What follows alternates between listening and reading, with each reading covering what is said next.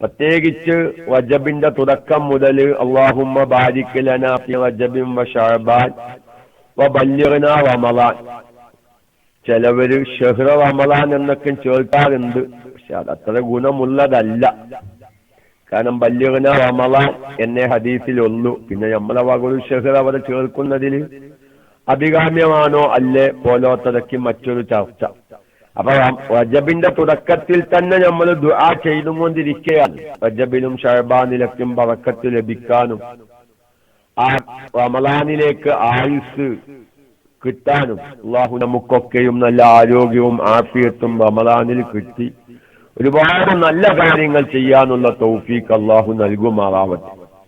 അപ്പൊ അതുകൊണ്ട് കാരണം ക്ലാസുകൾ കൂടുതൽ ജനങ്ങൾ കേൾക്കുമ്പോ പലവരുടെ ഭാഗത്തിൽ നിന്നും പല ജാതി സംശയങ്ങളും എക്കാശക്കുകളൊക്കെ വരുമ്പോ അതിനനുസരിച്ച് ക്ലാസുകൾ വിശാലമായി എടുക്കുമ്പോൾ അത് പലവർക്കും ഉപകരിക്കും. അപ്പൊ അതുകൊണ്ട് എന്റെ സ്വന്തം നഫ്സിനോടും എന്റെ പ്രിയപ്പെട്ട ശ്രോതാക്കളോടൊക്കെയും നല്ലോണം ആലോചിച്ച് നമ്മുടെ സമയങ്ങൾ നമ്മൾ കൈകാര്യം ചെയ്യണം. കാരണം കേരളത്തിലെ അവസ്ഥ നമുക്കറിയാം. ലോകസഭാ തെരഞ്ഞെടുപ്പ് വരാൻ പോകുകയാണ്. അതിന്റെ ഫലപ്രഖ്യാപനം വരുന്നത് വിശുദ്ധമായ റമളാനിലാണ്. നമ്മളിപ്പോ അതിനെ എതിർക്കാനൊന്നും പറ്റില്ല. അത് ഓരോ രാജ്യത്തിന്റെ നിയമത്തിനനുസരിച്ച് കാര്യങ്ങൾ മുന്നോട്ട് പോയിക്കൊണ്ടിരിക്കണം. അതിലിപ്പോ നമുക്ക് ഇടപെടാൻ പറ്റൂല. പക്ഷെ നമ്മുടെ വിലപ്പെട്ട സമയങ്ങള് രാഷ്ട്രീയത്തിലും കണക്ക് പറച്ചിലും കൂട്ടലുമായി കഴിഞ്ഞാൽ തെരഞ്ഞെടുപ്പും കാര്യങ്ങളൊക്കെയും കഴിയും. പക്ഷേ നമുക്ക് നമ്മുടെ വിലപ്പെട്ട സമയം തിരിച്ചു പിടിക്കാൻ ഒരിക്കലും സാധിക്കില്ല. കാരണം സാമ്പത്തികമായ ചൂട്, പിന്നെ കാലാവസ്ഥന്റെ ചൂട്, രാഷ്ട്രീയ ചൂട് എല്ലാതും കൂടി നമ്മുടെ വിലപ്പെട്ട സമയങ്ങളും സന്ദർഭങ്ങളൊക്കെയും എങ്ങനെയൊക്കെയോ എന്തൊക്കെയോ ചർച്ചകൾ ചെയ്ത് നഷ്ടപ്പെട്ടുകൊണ്ടിരിക്കുകയാണ്. അപ്പൊ അതുകൊണ്ട് പരമാവധി എന്റെ പ്രിയപ്പെട്ട സാധാരണക്കാര് ആവശ്യമില്ലാത്ത ചർച്ചകൾ കേൾക്കുകയും അത് പ്രചരിപ്പിക്കുകയും ആവശ്യമില്ലാത്ത മെസ്സേജുകളും റിപ്പോർട്ടുകളൊക്കെ വായിച്ച് വിശുദ്ധമായ റജബിന്റെ വിലപ്പെട്ട സമയം, വരാൻ പോകുന്ന ശഅബാനിലെ വിലപ്പെട്ട സമയം, അതിലേറെ വിലപ്പെട്ട വിശുദ്ധമായ റമളാനിലെ സമയങ്ങൾ നഷ്ടപ്പെടുത്തരുതേ എന്ന് മാത്രം എന്റെ സ്വന്തം നഫ്സിനോടും എന്റെ ശബ്ദം കേൾക്കുന്നവരോടൊക്കെ ഉണർത്തി. അൽഹംദുലില്ലാഹ്, നമ്മൾ ഈ ഇടവേളയ്ക്ക് മുന്നേ സാമ്പത്തികമായ പല ചർച്ചകളും വിധേയമാക്കി. എല്ലാവരും ഒന്ന് സാന്ദർഭികമായി ശ്രദ്ധിക്കുക. എല്ലാത്തിനും പരിഹാരമുണ്ട്. ഇസ്ലാമിൽ പരിഹാരമില്ലാത്ത ഒരു വിഷയവുമില്ല. പക്ഷേ നമ്മൾ കൂടുതൽ പഠിക്കാനും പറയാനും കേൾക്കാനും നമ്മൾ തയ്യാറാവണമെന്നേ ഉള്ളൂ. സാമ്പത്തികമായ ചർച്ചയായിരുന്നു വീട് സംബന്ധമായ ചർച്ച. അത് ഭൂമിയിലേക്ക് വന്നു. ആ ഭൂമി നമുക്ക് ലഭിച്ചത് എങ്ങനെയാണ്? അനന്തര സ്വത്തുമായുള്ള ചർച്ചയിൽ ഒരുപാട് ആളുകൾ അൽഹംദുലില്ലാഹ് നേരം വെളുത്തിട്ടുണ്ട് എന്ന കാര്യത്തിൽ എനിക്ക് സംശയമില്ല. എത്ര ആളുകളാണ് പലതും ചോദിച്ചുകൊണ്ടിരിക്കുന്നത്. ഞാൻ അവരോടൊക്കെയും പറഞ്ഞു, ഇൻഷാ അല്ലാഹ് എല്ലാം പറയാം. പക്ഷെ പലതും പറയുമ്പോ ഓൺലൈനിലാണ്. ഉസ്താദന്മാരോട് കൂടി ചോദിച്ചുറപ്പ് വരുത്തേണ്ടത് അത് എൻ്റെ ഒരു ബാധ്യതയാണ്. ആ നിലയ്ക്ക് ചിലപ്പം സമയം പറയാൻ അല്പസമയം വൈകിയാലും മറുപടി കിട്ടാതിരിക്കില്ല. കാരണം ഹജ്ജുമായി ബന്ധപ്പെട്ട ചർച്ച നമുക്കറിയാം. KMICയുടെ സ്ഥിരം ശ്രോതാക്കൾക്കറിയാം. നല്ലൊരു വിഭാഗം സാധാരണക്കാരിൽ അത് ഒരു ഉണർവ് ഉണ്ടാക്കിയിട്ടുണ്ട്.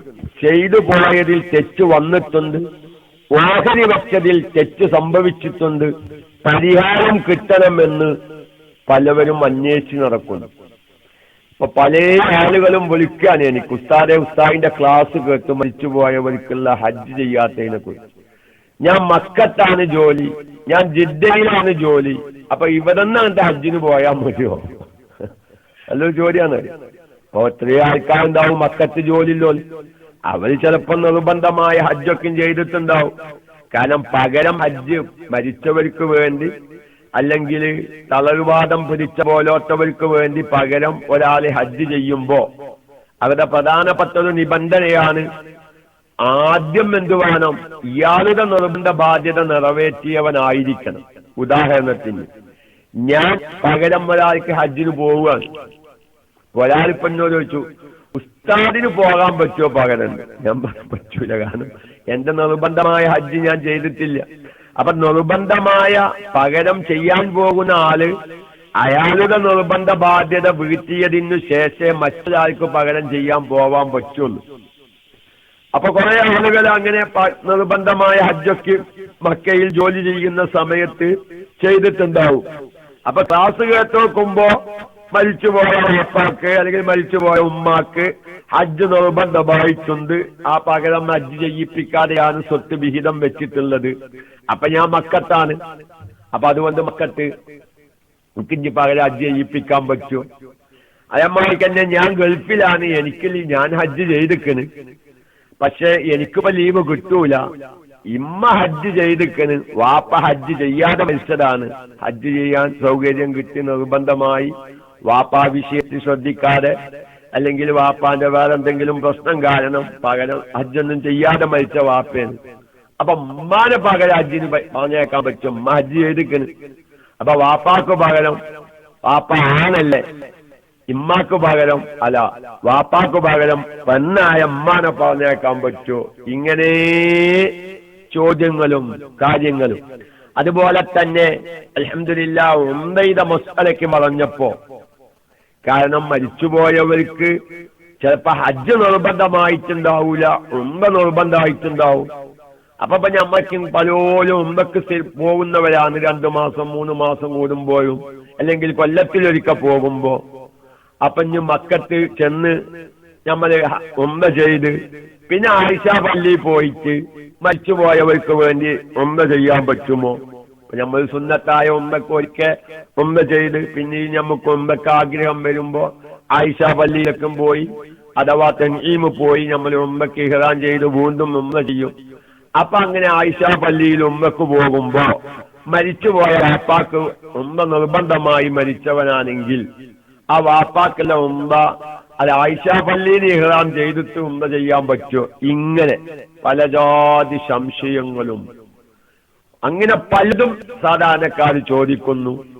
ഞാൻ എന്റെ പ്രിയപ്പെട്ടവരോടൊക്കെയും പറയുന്നു, ഇൻഷാ അല്ലാഹ് നമുക്ക് ചർച്ച ചെയ്യാം. അതിലേറെ വലിയ വലിയ ചർച്ചകൾ വന്നുകൊണ്ടിരിക്കുകയാണ്. കാരണം വല്യാപ്പ ഹജ്ജ് ചെയ്തിട്ടില്ല. വല്യാപ്പ ഹജ്ജ് ചെയ്തിട്ടില്ല, ശ്രദ്ധിക്കേണ്ട ഒരു മസലയാണ്. പക്ഷെ വല്യാപ്പ ഹജ്ജ് ചെയ്യാത്ത വല്യാപ്പാന്റെ സ്വത്ത് വാപ്പ കൈവശപ്പെടുത്തി. അങ്ങനെ വാപ്പി ഹജ്ജ് ചെയ്തിട്ടില്ല, വാപ്പി അങ്ങനെ സുഖമായി ജീവിച്ച് ഹജ്ജിന്റെ കാര്യമൊന്നും ശ്രദ്ധിച്ചില്ല. അങ്ങനെ ആ വാപ്പി മരിച്ച് പിന്നെ മക്കൾ സ്വത്ത് കൈവശപ്പെടുത്തി. അപ്പൊ നോക്കുമ്പോ വാപ്പി ഹജ്ജ് ചെയ്തിട്ടില്ല, വാപ്പാക്ക് സ്വത്ത് ആരിൽ നിന്നാണോ കിട്ടിയത് വല്യാപ്പ, അത് വാപ്പാന്റെ വാപ്പ, ആ വല്യാപ്പി ഹജ്ജ് ചെയ്തിട്ടില്ല. അപ്പൊ ഉസ്താദെ രണ്ടാക്കും ഹജ്ജ് ചെയ്യിപ്പിക്കണം.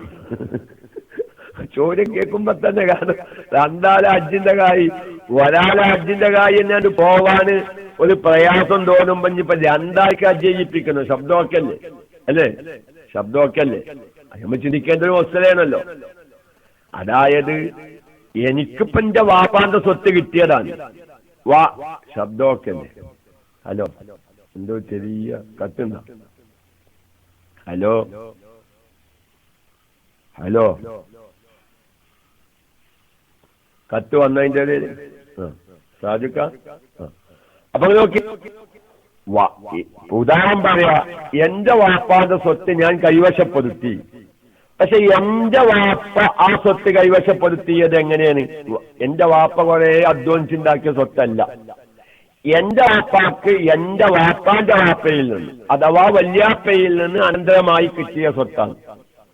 പക്ഷെ വല്യാപ്പാക്ക് കിട്ടിയ ആ സ്വത്ത് എന്റെ വാപ്പാക്ക് കിട്ടിയ ആ സ്വത്തില് വല്യാപ്പാക്ക് വരെ നിർബന്ധ ബാധ്യത ഉണ്ടായിരുന്നു. ഹജ്ജ്, നോമ്പിന്റെ ഫിദിയ പോലത്തെ പല ബാധ്യതകളും ഉണ്ടായിരുന്നു.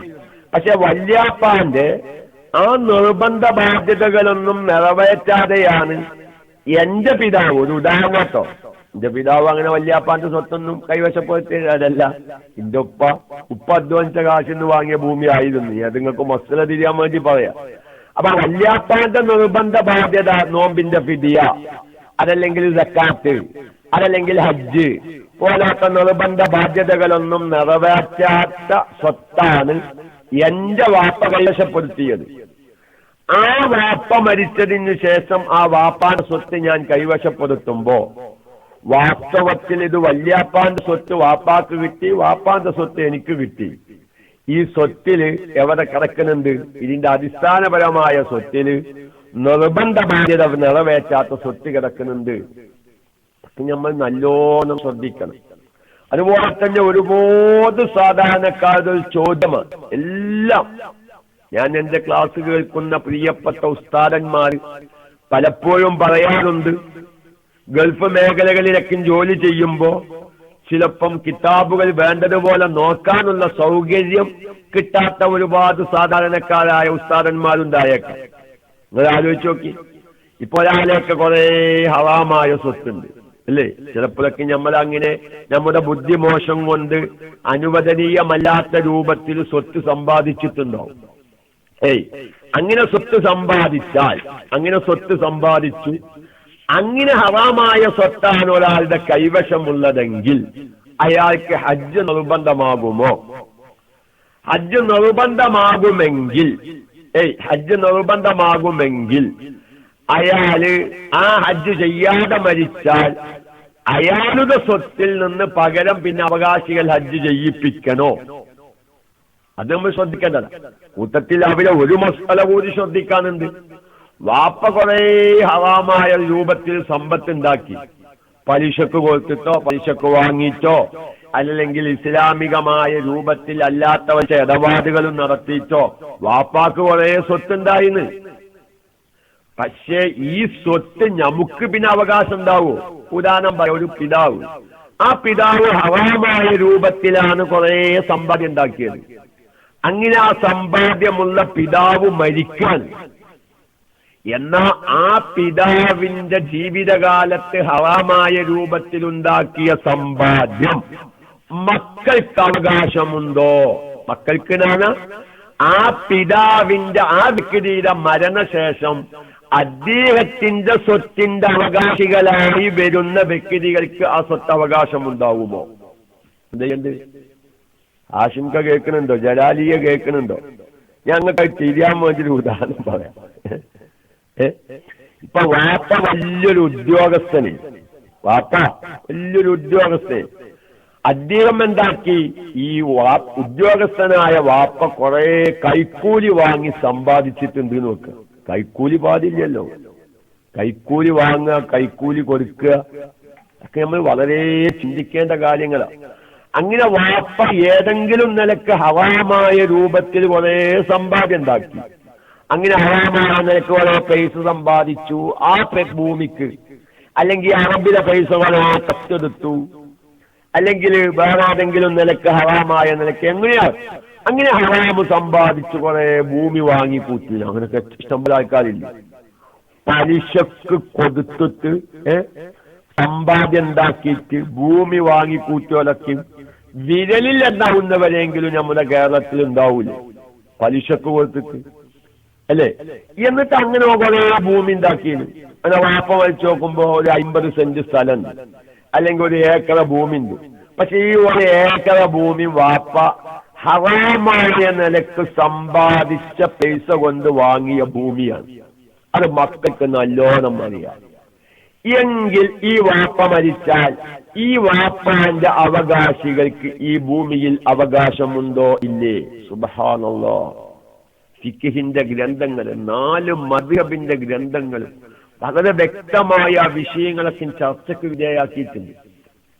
നോക്കിങ്ങൾ, മഹാന്മാര് പറയാണ്, അൽ-ഇൻതിഫാഉ ബിൽ മാലിൽ ഹറാമി ഫീ അദാഇ ഫരീളത്തിൽ ഹജ്ജ്. ഹജ്ജ് നിർബന്ധമായ ഹജ്ജ് നിർവഹിക്കുവാൻ വേണ്ടി ഹറാമായ മുതൽ ഉപയോഗിക്കാൻ പറ്റുമോ? ഉപയോഗിച്ചാൽ അവന്റെ ഫറല് വീടുമോ? നമ്മൾ ചിന്തിക്കേണ്ടതാണ്. ഒരാൾ കുറെ ഹറാമായ നിലക്ക് മുതൽ സമ്പാദിച്ചു, എന്നിട്ട് ഹറാമായ മുതൽ കൊണ്ട് അവൻ ഹജ്ജിന് പോയി എങ്കിൽ അവന്റെ നിർബന്ധ ബാധ്യത വീടുമോ? ഇല്ലേ. പോലോത്ത ഹറാമ് സംബന്ധമായ ഹറാമായ മുതൽ കൊണ്ട് സമ്പാദിക്കുകയും അങ്ങനെ അതുകൊണ്ട് ഹജ്ജ് ചെയ്യുക, ഹറാമായ മുതൽ സമ്പാദിച്ചവൻ മരിച്ചാൽ അവന്റെ സ്വത്തിൽ അവന്റെ അവകാശികൾക്ക് അത് സമ്മതമുണ്ടോ? പോലോത്ത എല്ലാ ചർച്ചകളും ഞാനിപ്പോ അതൊക്കെ ഒന്ന് സൂചിപ്പിക്കാൻ കാരണം, ഒരു ഇടവേളയ്ക്കു ശേഷം ക്ലാസ് റൂമിൽ കയറിയപ്പോൾ ഇതൊക്കെ സൂചിപ്പിക്കാൻ കാരണം, ഹജ്ജ് സംബന്ധമായി മരിച്ചവരുടെ ഹജ്ജ് സംബന്ധമായി മരിച്ചവരുടെ സ്വത്ത് സംബന്ധമായുള്ള ചില ക്ലാസുകൾ നമ്മൾ എടുത്തപ്പോ അത് കേൾക്കുന്ന പലവരും പല ജാതി സംശയങ്ങളാണ് ചോദിച്ചുകൊണ്ടിരിക്കുന്നത്. എന്റെ പ്രിയപ്പെട്ടവരോട് ഞാൻ ഇതൊക്കെ ഒന്ന് ഉണർത്താൻ കാരണം, വിശുദ്ധമായ റജബിലാണ് നമ്മളൊക്കെയുള്ളത്. തൗബന്റെ മാസമാണ് വിശുദ്ധമായ റജബ്. അത് നമുക്കെല്ലാവർക്കും അറിയാം. റജബ് എന്ന് പറഞ്ഞാൽ അത് തൗബന്റെ മാസമാണ്.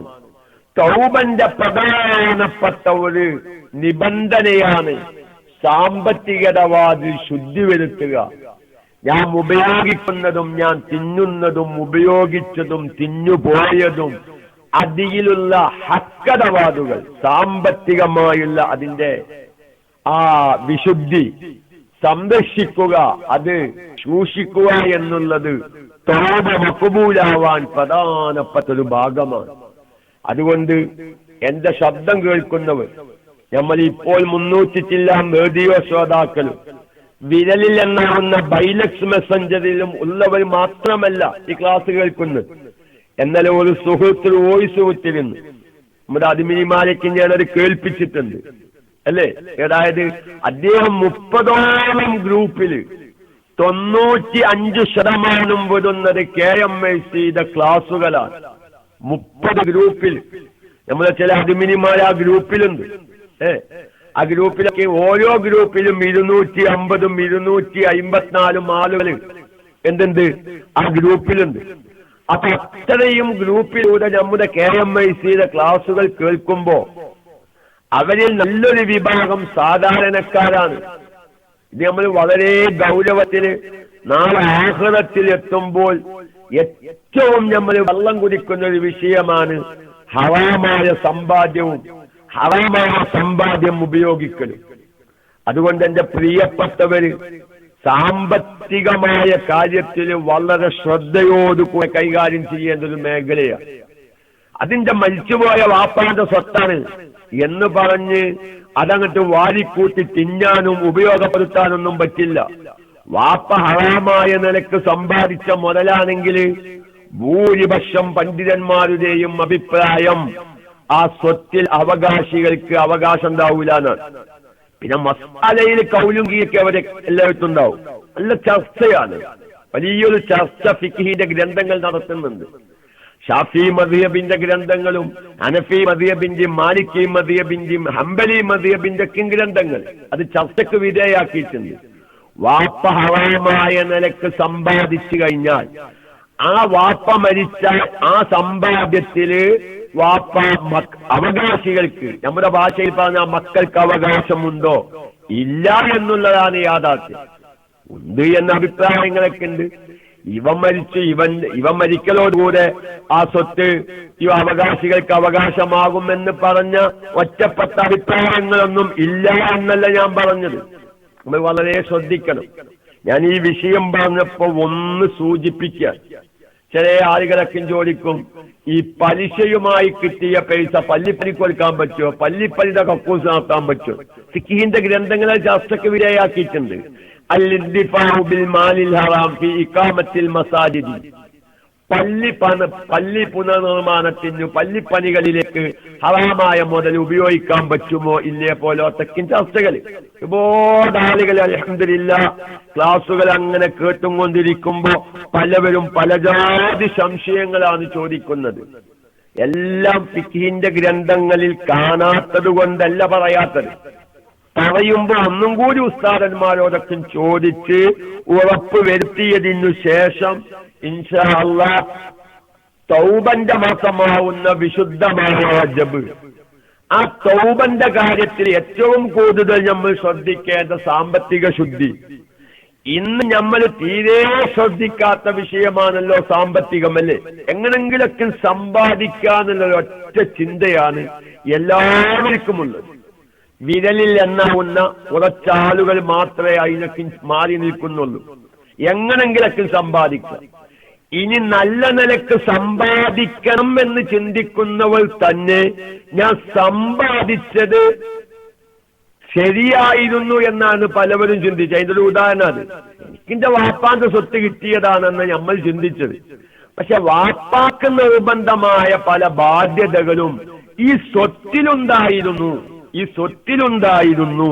പക്ഷെ ആ ബാധ്യത നിറവേറ്റാതെയാണ് ഞാൻ ഈ സ്വത്ത് കൈവശപ്പെടുത്തിയത് എന്ന് ചിന്തിക്കുന്ന ഒരുപാട് ആളുകൾ ഇപ്പോഴും. ഇന്നലെ ഒരു ഭാഗത്തിന് ഒരു സഹോദരിയുടെ ഭാര്യക്ക് വിളിച്ചിട്ട് ഉസ്താദിന്റെ ക്ലാസ് കേട്ടു, വാപ്പാന്റെ സ്വത്തൊക്കെ ഞങ്ങൾ ഓഹരി വെച്ചു. പക്ഷെ ഇപ്പോഴാണ് വാപ്പ ഹജ്ജ് ചെയ്തിട്ടില്ല, വാപ്പ ഹജ്ജൊക്കെ നിർബന്ധമായി സൗകര്യമൊക്കെ കിട്ടിയിട്ട് വാപ്പ മരിച്ചതാണ്, സ്വത്ത് ഓഹരിയൊക്കെ കഴിഞ്ഞുപോയി, ഇനി എന്ത് ചെയ്യും?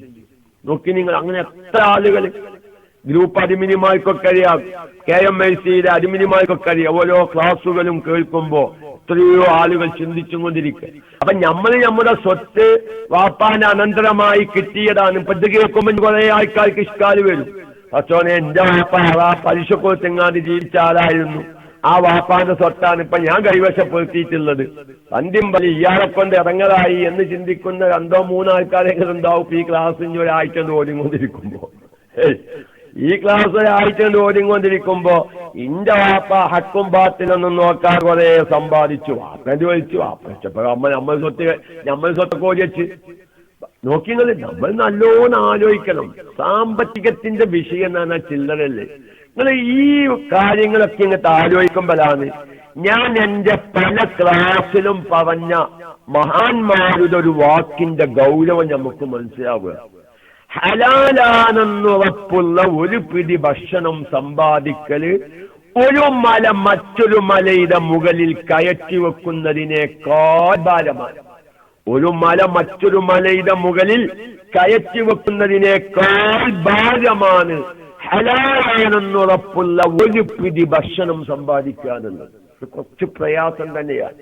അതിനൊക്കെ നമ്മള് സാമ്പത്തികവുമായി ബന്ധപ്പെട്ട മസാലകൾ വളരെ ഗഹനമായി പഠിക്കണം.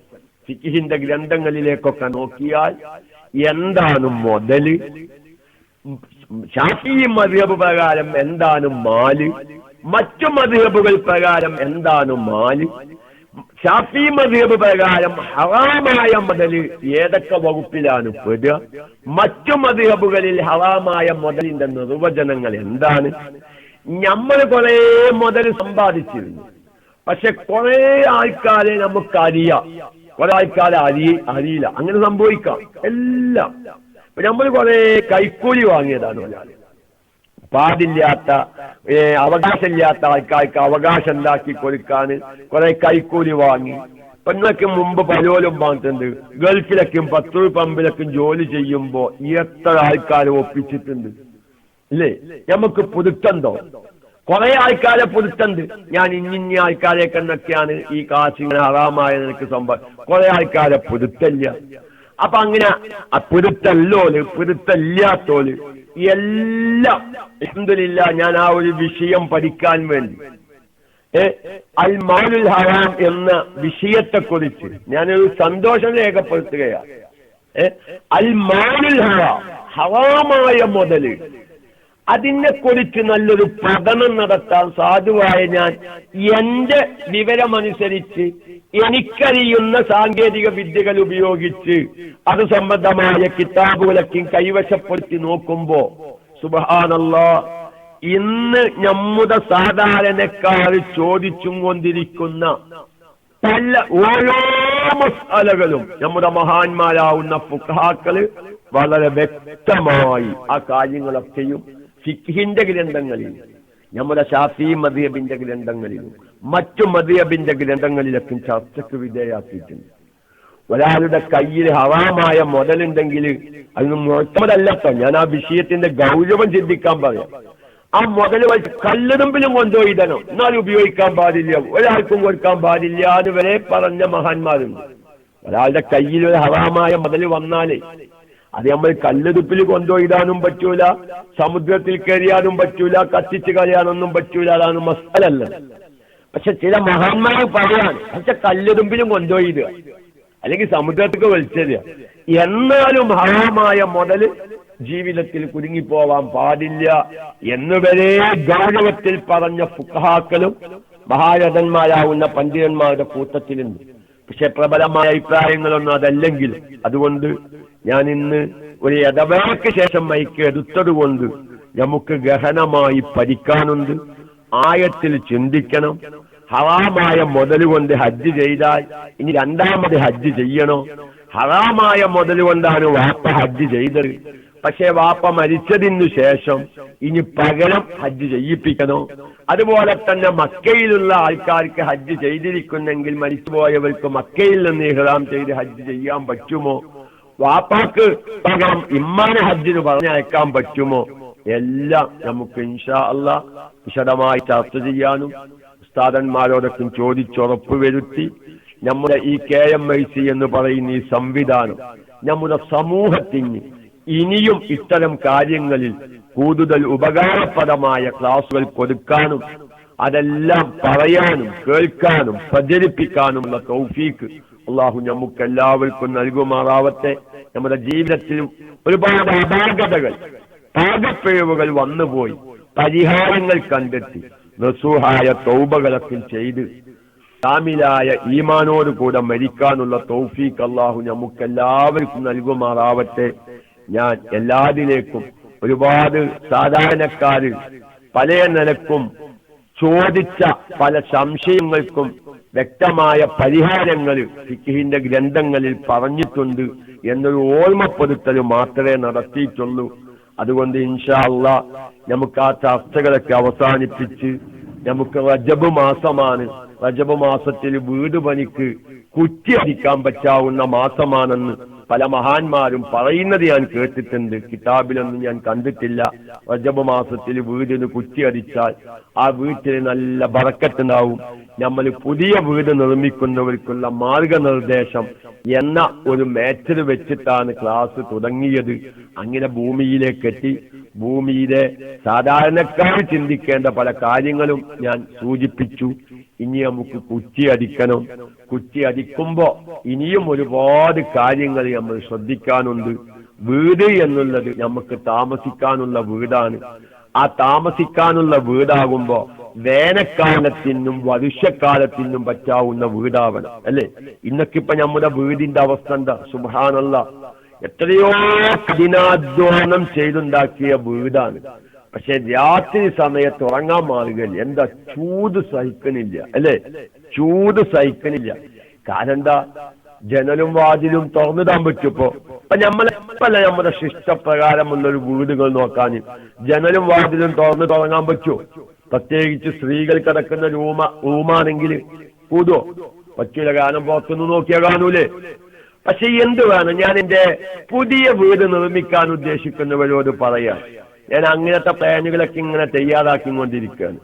ഞാനിപ്പോ എന്റെ വീട് കയറ്റുമ്പോഴും ഞാനത് ശ്രദ്ധിച്ചിട്ടില്ല. കാരണം 8 കൊല്ലം മുന്നേ കയറ്റിയ വീടായതുകൊണ്ട് അന്ന് ഇത്ര ബുദ്ധി ഉണ്ടായിരുന്നില്ല. അപ്പോൾ എന്റെ ഭാര്യ ഉമ്മുറയ്യാൻ ചോദിക്കും, അല്ല നിങ്ങൾ ഈ ബുദ്ധിയൊക്കെ അന്ന് പണം വെച്ചിരുന്നോന്ന് ചോദിച്ചു. കാരണം ഓരോ പ്ലാൻ ഇങ്ങനെ തയ്യാറാക്കുമ്പോൾ അന്ന് നിങ്ങളെയൊക്കെ ഞാൻ പറഞ്ഞതൊക്കെ ഇപ്പൊ ഇങ്ങനെ ആലോചിച്ചുണ്ടാക്കല്ലേ. നോക്കിങ്ങള് ഇപ്പൊ നമ്മളെ വീടൊക്കെ എല്ലാവർക്കും AC ഫിറ്റ് ചെയ്യാൻ പറ്റുമോ? അരീക്കാതെ എല്ലാവർക്കും AC ഫിറ്റ് ചെയ്യാൻ പറ്റുമോ? എല്ലാവരെ കൊണ്ട് നടക്കുമോ? AC വാങ്ങാൻ എല്ലാവരേക്കും കായുണ്ടാവും. പക്ഷെ മാസം മാസത്തെ ബില്ലടക്കണ്ടേ? 2 മാസം കൂടുമ്പോ കറണ്ടിന്റെ ബില്ലടക്കാൻ നമ്മളെ കൊണ്ടാവോ? AC ഇപ്പൊ തൽക്കാലം ഒരു ചെറിയ AC എങ്ങനെയെങ്കിലൊക്കെ അത് തട്ടിയൊപ്പിച്ച് വാങ്ങാം. പക്ഷെ നമ്മളെ കൊണ്ട് അത് കറണ്ടിന്റെ ബില്ലടക്കാൻ പറ്റൂല.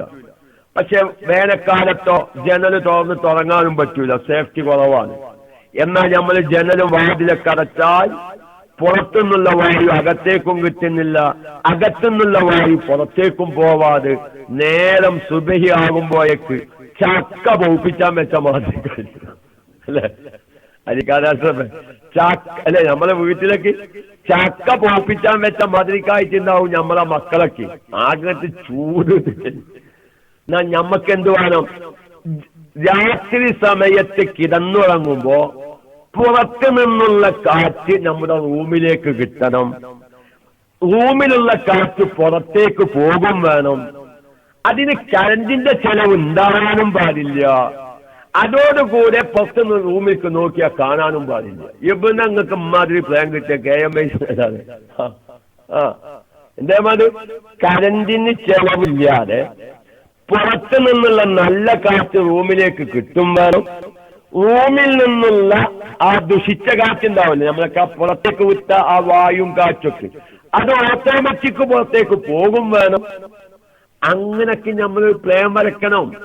ഇനി നമുക്ക് ആയുസ് അല്ലാഹു നൽകുമാറാവട്ടെ. ഇനിയും ചൂട് കൂടിക്കൂടി വരികയാണ് അല്ലെ? ഇക്കൊല്ലത്തെ ചൂടിനേക്കാൾ കഠിനമായ ചൂടായിരിക്കും അടുത്ത കൊല്ലം. അപ്പൊ നമ്മുടെ ചൂടിനനുസരിച്ച് നമ്മുടെ വീട് പ്രായോഗികമാവണം. അല്ലാതെ എല്ലാ നാട്ടുകാരും ഉണ്ടാക്കുന്ന മാതിരി ജനലും വായിലും വെച്ച് രാത്രി ഇതൊക്കെ കുറ്റിട്ട് പിന്നെ ഉറക്കം കിട്ടുന്നില്ല. അപ്പൊ പല വീട്ടിലൊക്കെ ഒന്ന് ആലോചിച്ച് നോക്കാനി, രാത്രിയൊക്കെ ഒരു 2 മണിക്കൊന്ന് കരണ്ട് പോകൊണ്ടല്ലേ. അപ്പൊ അത് നമ്മളെ അവസ്ഥ. കാരണം ജനല് തുറന്നിടാനും മാർഗമില്ല, കരണ്ടാച്ച ഫാനും തിരിഞ്ഞിൽ ആകെക്കൂടെ ഒരു നട്ടം തിരിക്കൽ. അപ്പൊ അതുകൊണ്ട് ഞാൻ എന്റെ പ്രിയപ്പെട്ട സാധാരണക്കാരോട് പറയാൻ, വീട് നിർമ്മിക്കുമ്പോ വേനൽക്കാലത്തേക്കും ആ വീട് പറ്റണം, വർഷക്കാലത്തേക്കും പറ്റണം. വേനൽക്കാലത്തുനിന്ന് പുറത്തുനിന്നുള്ള കാറ്റ് നമ്മുടെ റൂമിലേക്ക് കിട്ടണം, റൂമിലുള്ള കാറ്റ് പുറത്തേക്ക് പോകും വേണം. അതിനിപ്പോ നമുക്ക് കറണ്ടിന്റെ ബില്ല് ചെലവാകാനും പാടില്ല. അങ്ങനെ നമ്മൾ പുറത്തുനിന്ന് കാറ്റ് വരുമ്പോ പുറത്തു നിന്ന് ഒരാളിപ്പോ ആ റൂമിൽ ഒരു സ്ത്രീ കിടന്നുറങ്ങുന്നുണ്ട്, പുറത്തു നിന്ന് നോക്കിയാൽ ആ റൂമിൽ കിടന്നുറങ്ങുന്ന ആളെ കാണാനും പാടില്ല. ഇത് എന്ത് പ്ലാനാ മൊയിലേരെ? അതൊക്കെ നിങ്ങളുടെ പെരയിൽ വന്നിരുന്നാല് നല്ല മാന്യമായി നിങ്ങൾക്ക് മനസ്സിലാക്കിയിട്ടുണ്ട്. അള്ളാഹു തആല തൗഫീഖിനെ പ്രദാനം ചെയ്യട്ടെ. അപ്പൊ അതുകൊണ്ട് റജബ് മാസത്തിൽ നമുക്ക് വീടിന് കുറ്റിയടിക്കണം. വീടിന് കുറ്റിയടിക്കാൻ പോകുന്നതിന് മുമ്പ് പ്ലാന് ശരിയാവണം. ആ പ്ലാന് വേനൽക്കാലത്തേക്കും വർഷക്കാലത്തേക്കും പറ്റിയ പ്ലാൻ ആവണം. എല്ലാം ചർച്ച ചെയ്ത് മുന്നോട്ട് പോവാനുള്ള തൗഫീഖ് അള്ളാഹു നൽകുമാറാവട്ടെ എന്ന് മാത്രം ദുആ ചെയ്ത് ഞാൻ ഒരു ആമുഖം കൊതിച്ചു എന്ന് മാത്രം. സംശയത്തിനൊക്കെ മറുപടി പറയാനുള്ള തൗഫീഖുകൾ അള്ളാഹു നൽകുമാറാവട്ടെ. കിതാബുകൾ നോക്കാനും അത് പറയാനും അതിനുള്ള സംവിധാനങ്ങളും എല്ലാം ഉണ്ടായിത്തീരാൻ എന്റെ പ്രിയപ്പെട്ട സാധാരണക്കാർ ദുആയിലേക്ക് ഉൾപ്പെടുത്തണം.